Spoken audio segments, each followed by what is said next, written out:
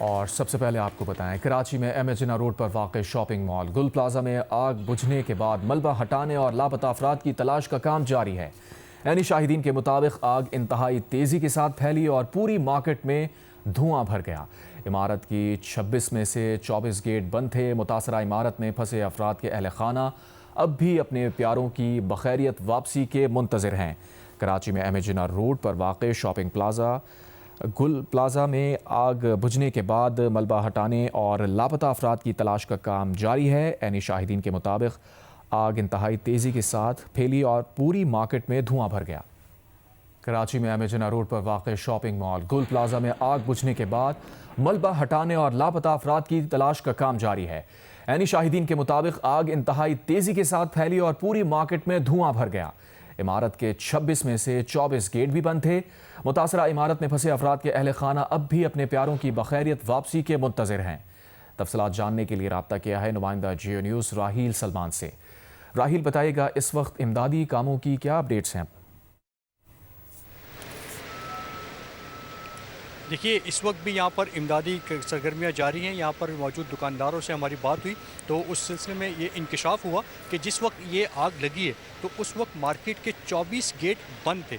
इसमें मजमूई तौर पर 26 गेट हैं और रात 10 बजे तमाम गेट बंद कर दिए जाते हैं, सिर्फ 2 गेट खोले रखे जाते हैं। और उस वक्त जिस वक्त ये आग लगी, ये 10 बजे के बाद आग लगी थी, लिहाजा जिस वक्त ये आग लगी है उस वक्त जो है सिर्फ और सिर्फ 2 गेट खुले हुए थे जो कि अंदर मौजूद अफराद के लिए नाकाफ़ी थे।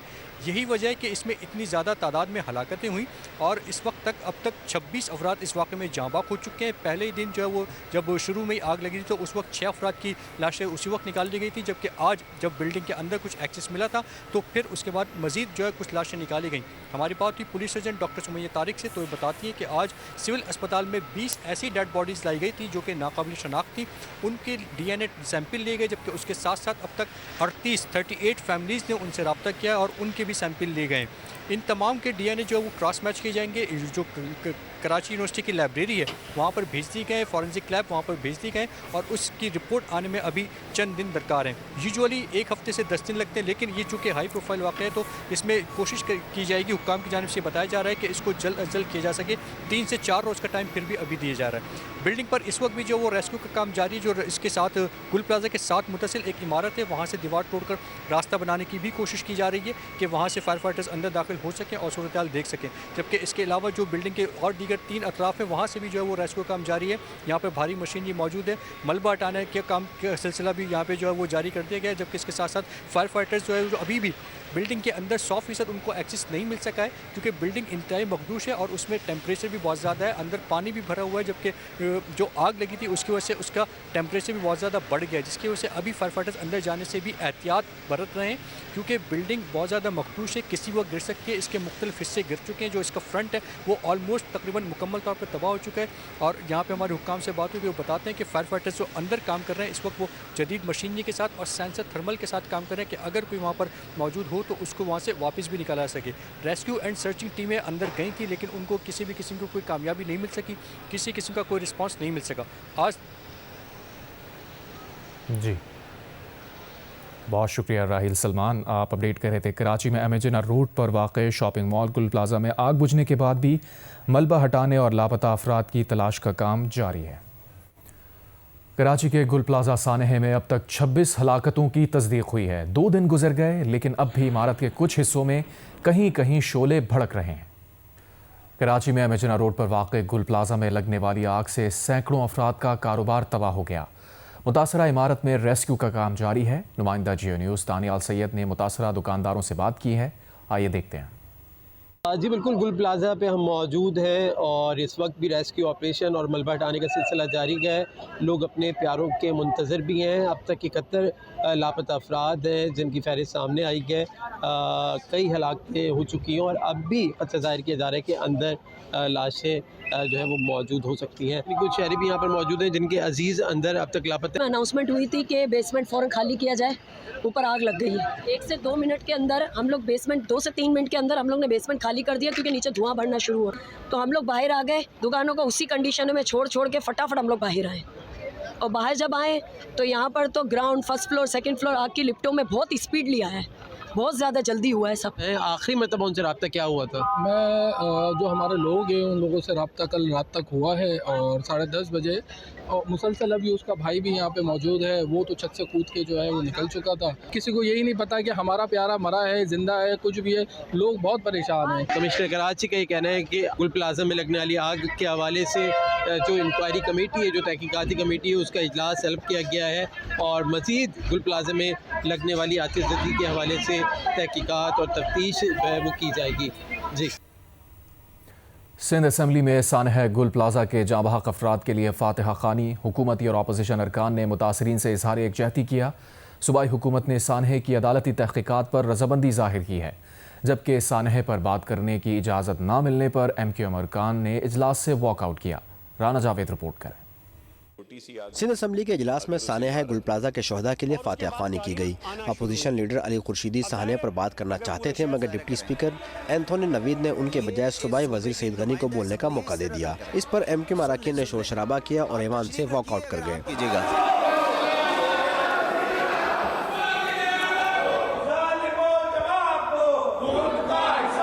सईद गनी ने अपने खिताब में कहा कि सानहा बल्दिया फैक्ट्री में 290 अफराद को जिंदा जलाया गया था। उसके बाद ये सबसे बड़ा सानहा है। अब तक 70 अफराद के लापता होने की तस्दीक हुई है।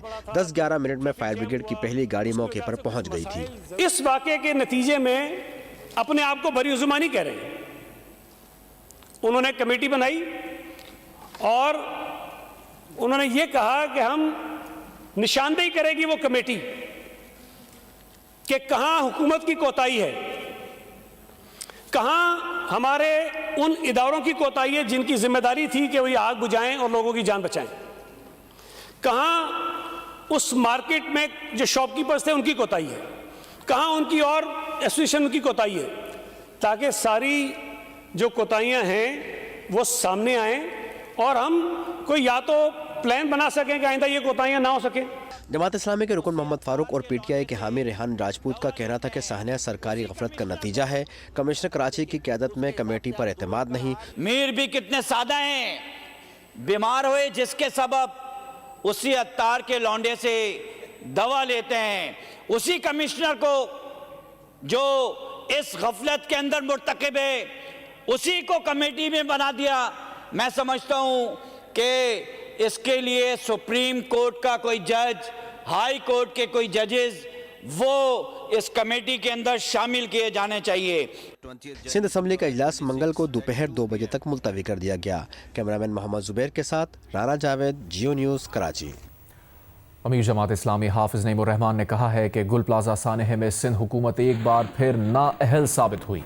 आलमी उसूलों के तहत 1 लाख आबादी पर एक फायर स्टेशन होना लाजमी है, लेकिन कराची जैसे बड़े शहर में सिर्फ 28 फायर स्टेशन हैं और ये फायर स्टेशन भी मुकम्मल किट्स और सहूलियात के बगैर हैं।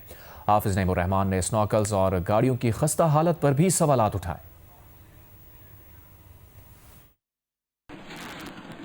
जो लोग इन लोगों को हम पर मुसल्लत करते हैं, सवाल उनसे बनता है कि उन्होंने क्या देखा है इनमें कि पाकिस्तान के माशी हब के साथ ये सलूक किया हुआ है, इनके हवाले किया, इन वडेरों और जागीरदारों के हवाले किया हुआ है।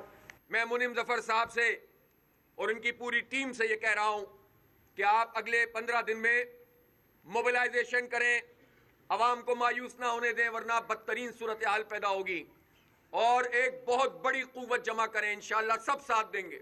हम एक बहुत बड़ा मार्च पूरे शहर कराची का करेंगे, जीने दो कराची मार्च। बलूचिस्तान के ज़िला मस्तूम के इलाके दश्त में CTD ने कार्रवाई करके 5 दहशतगर्दों को हलाक कर दिया। तर्जुमान CTD के मुताबिक हलाक दहशतगर्दों के कब्जे से 5 SMG, 7 दस्ती बम और 3 मोटरसाइकिलें बरामद की गई। वफाकी वज़ीर दाखिला मोहसिन नकवी ने मस्तूम के इलाके दश्त में भारतीय स्पॉन्सर दहशतगर्दों के खिलाफ कामयाब कार्रवाई पर CTD की तारीफ की है। अपने बयान में उन्होंने कहा, CTD बलूचिस्तान ने बर वक्त कार्रवाई करके कोयटा से भी शाहराह ब्लॉक करने का मंसूबा नाकाम बनाया और 5 दहशतगर्दों को इबरतनाक अंजाम तक पहुंचाया। उन्होंने कहा, दहशतगर्दी के खिलाफ जंग में CTD बलूचिस्तान का किरदार काबिल फ़ख्र है। बलूचिस्तान में फितनाल हिंदुस्तान के दहशतगर्दों के खिलाफ ऑपरेशन जारी रहेंगे। तहरीक इंसाफ की पार्लिमानी पार्टी का इजलास झगड़े और तल्ख कलामी की नज़र हो गया, जिसके बाद चेयरमैन PTI बैरिस्टर गौहर और सेक्रेटरी जनरल सलमान अकरम राजा इजलास छोड़कर चले गए। इजलास शुरू होते ही रुकन कौमी असम्बली शाहिद खटक ने सेनेटर जरका को इजलास से बाहर निकल जाने का कह दिया, जिस पर सेनेटर जरका भी जज्बाती हो गई। तफसीलात जानते हैं जियो न्यूज़ के नुमाइंदे हैदर शिराजी से। हैदर, बताइएगा PTI पार्लिमानी पार्टी में तल्ख कलामी क्यों हुई है और पार्टी रहनुमाओं का इस पर क्या कहना है?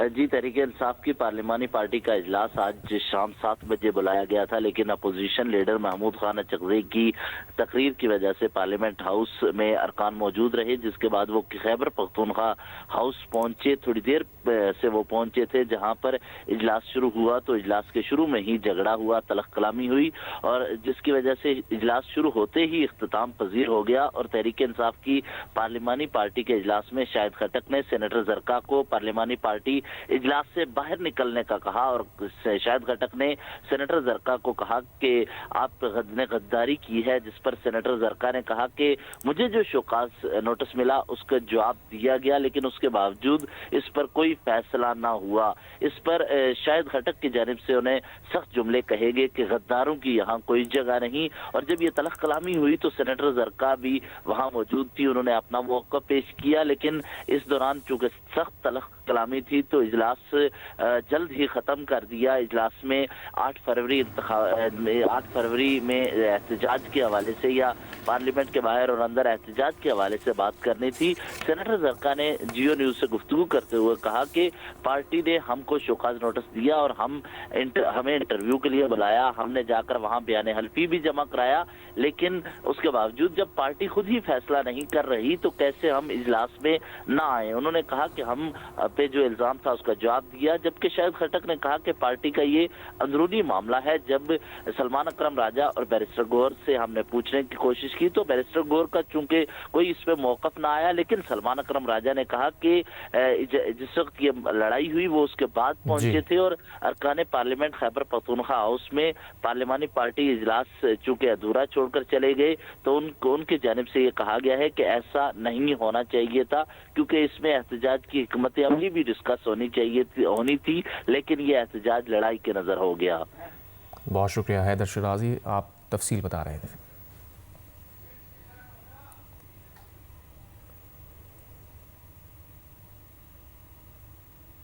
मोदी हुकूमत ने नाम निहाद इंसदाद दहशतगर्दी एक्ट को अक़लियतों के खिलाफ हथियार बना लिया। आलमी जरीदे DW के मुताबिक किसी को भी मुकदमा दर्ज किए बगैर कैद में रखना मामूल बन गया है। दिल्ली फसादात केस के BJP के मुल्ज़िमान आज़ाद, जबकि उमर खालिद और शर्जील इमाम 5 साल बाद भी कैद में हैं। British American journalist Mehdi Hasan ने सड़कों पर अपने वालिद को ढूंढती 6 साला बच्ची की वीडियो शेयर करके मुतालबा किया है कि immigration and customs enforcement ICE का इदारा फौरी ख़त्म होना चाहिए। वालिद को ढूंढती बच्ची के वालिद को फेडरल एजेंट्स ने मॉरिस टाउन न्यू जर्सी से गैर कानूनी इमिग्रेंट होने के इल्ज़ाम में गिरफ्तार किया है।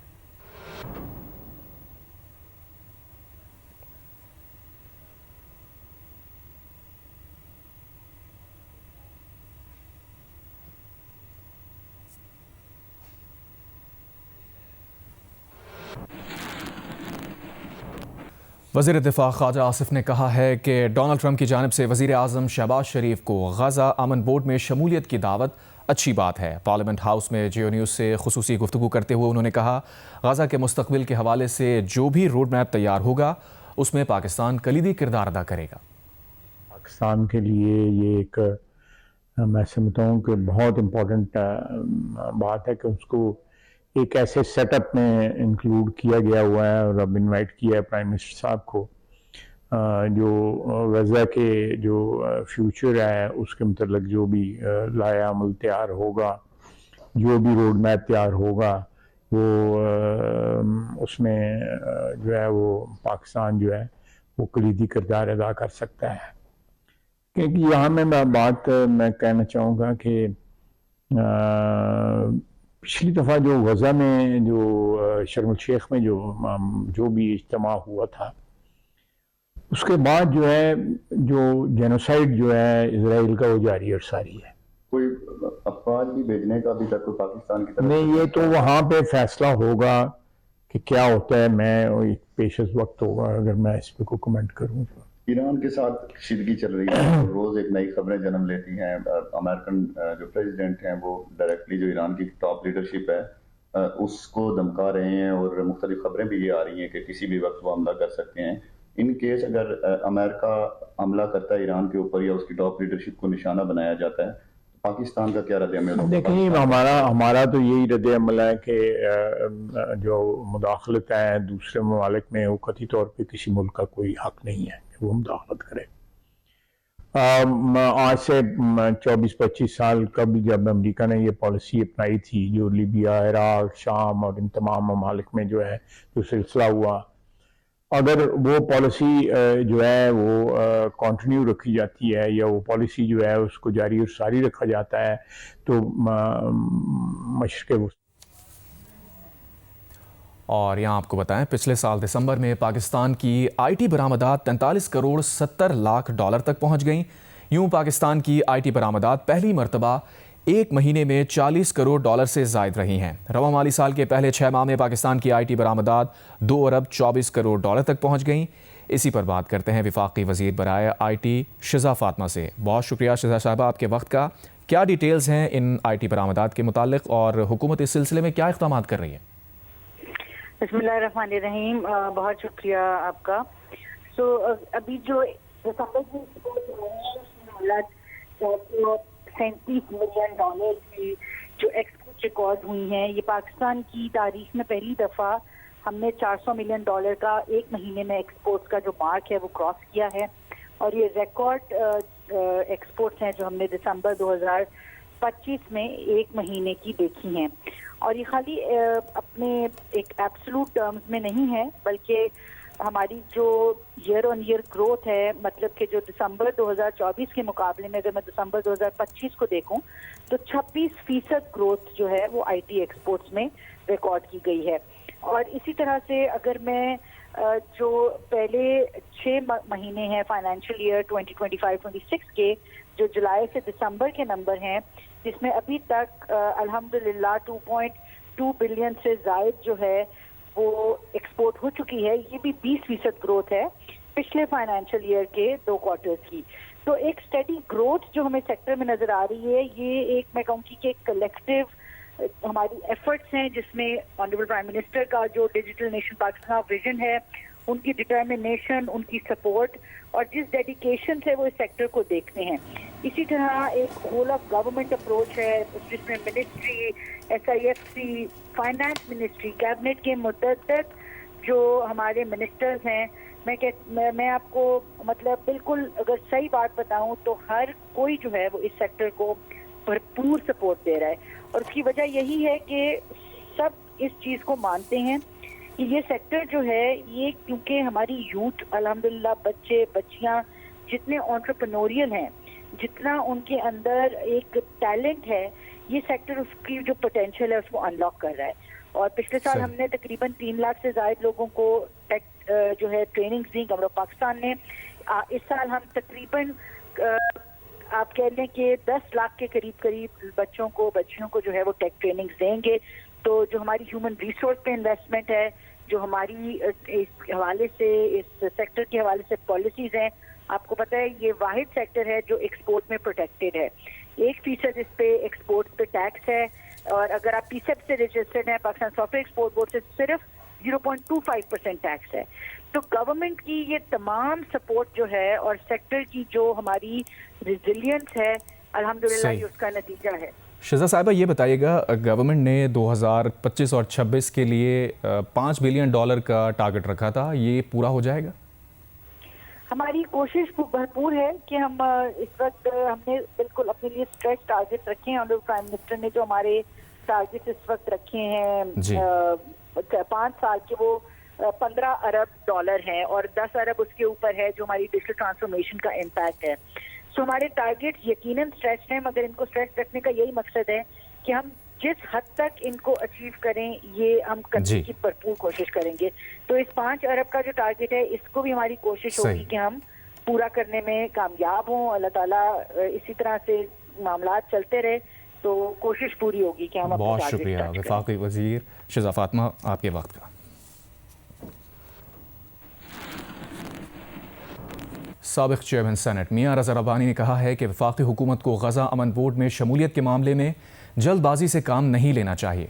रज़ा रब्बानी ने एक बयान में कहा कि गज़ा बोर्ड को अक़वाम मुत्तहिदा सलामती कौंसिल की जानिब से सिर्फ 2027 के लिए इख्तियार दिया गया है। बोर्ड का दायरा कार महज गज़ा तक महदूद है। चीन और रूस ने इस करारदाद पर वोटिंग के दौरान राय शुमारी में हिस्सा नहीं लिया। गज़ा बोर्ड का क़याम अक़वाम मुत्तहिदा के किरदार पर मनफी असर डाल सकता है।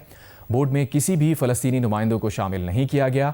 बोर्ड के अरकान के किरदार और ज़िम्मेदारियों की वजाहत मौजूद नहीं। बोर्ड के चेयरमैन को दिए गए इख्तियारात गैर हकीकी और अमली तकाज़ों से हम आहंग नहीं हैं।